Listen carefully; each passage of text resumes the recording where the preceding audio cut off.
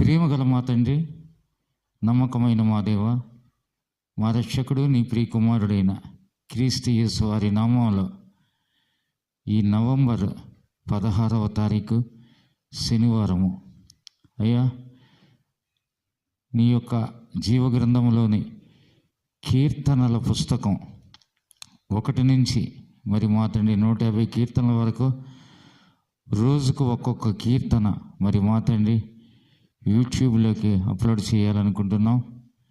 సహాయపడుతూ రండి. చదువు విషయంలో ఎక్కడ కూడా తడబడకుండా సమస్త విషయాల్లో నీ యొక్క కృపను చూపమని నాయన మరి మా తండ్రి నీ యొక్క సన్నిధి సంచారము మాతో ఉంచినందుకు వందనాలు చెల్లించుకుంటూ ముందున్న సమయాన్ని ఆశీర్వదించమని దీవించమని మా రక్షకుడు క్రీస్తు యేసు వారి నామంలో ప్రార్థించి స్తోత్రించి వేడుకుంటున్నాం మా తండ్రి, ఆమేన్. కీర్తనల గ్రంథము ప్రథమ స్కందము 1వ కీర్తన. కీర్తనల గ్రంథము ప్రథమ స్కందము 1వ కీర్తన. దుష్టుల ఆలోచన చొప్పున నడువక, పాపుల మార్గమున నిలువక, అపహాసకులు కూర్చుండు చోటను కూర్చుండక, యెహోవా ధర్మశాస్త్రమునందు ఆనందించుచు దివారాత్రము దానిని ధ్యానించువాడు ధన్యుడు. అతడు నీటి కాలువల యోరన నాటబడినదై ఆకు వాడక తన కాలమందు ఫలమిచ్చు చెట్టు వలె నుండును. అతడు చేయినదంతయు సఫలమగును. దుష్టులు అలాగన ఉండక గాలి చెదరగొట్టు పొట్టు వలె నుందురు.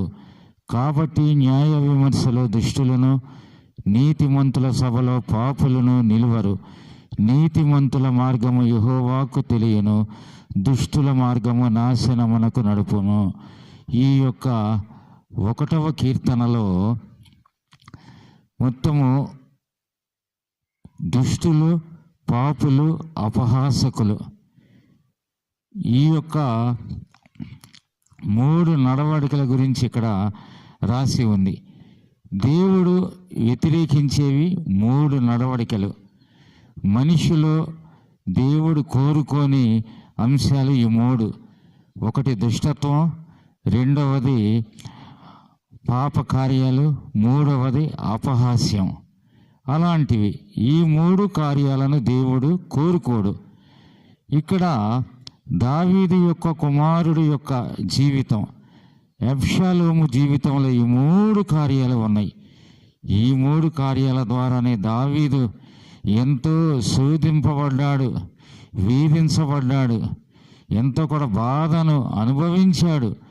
కుమారుని ఏది అనలేక, కుమారుని ఏది కూడా చేయలేక తనలో తాను కుమిలిపోయిన సందర్భాలు ఉన్నాయి. అందుకే దావీదు యొక్క అనుభవం దేవుడు ఇక్కడ మాట్లాడుతూ ఉన్నాడు. దుష్టులు, పాపులు, అపహాసకులు ఈ 3 కూడా యెహోవాకు విరోధులు. అంటే దైవత్వానికి, పరిశుద్ధతకు వ్యతిరేకం ఈ 3 కార్యాలు. అయితే దేవుని యొక్క జీవ గ్రంథంలో ఉన్న మంచితనము, ఆశీర్వాదం అనేది ఎలాగుంటుందో ఆ యొక్క కింద ఆ 2వ వచనం నుంచి చక్కగా దేవుడు అక్కడ రాసి ఉన్నాడు దావీదు ద్వారా. చూడు, మంచిగా దేవుని యొక్క వాక్యము దివారాత్రులు, రేయింబగళ్ళు, దినము రాత్రి కూడా ధ్యానించేవాడు ధన్యుడంట. అతని యొక్క జీవితం ఎలాగుంటుందో కూడా అక్కడ ఎలాంటి ఆశీర్వాదం ఉంటుందో కూడా చెప్పబడుతూ వచ్చింది. అలాగే మనము దేవుని యొక్క మార్గంలో కాకుండా సొంత కార్యాలతో ఒక మామూలు మనిషిలాగా పైనున్న 3 కార్యాలు, దేవునికి ఇష్టం లేని కార్యాలు మన యొక్క జీవితంలో ఉంటే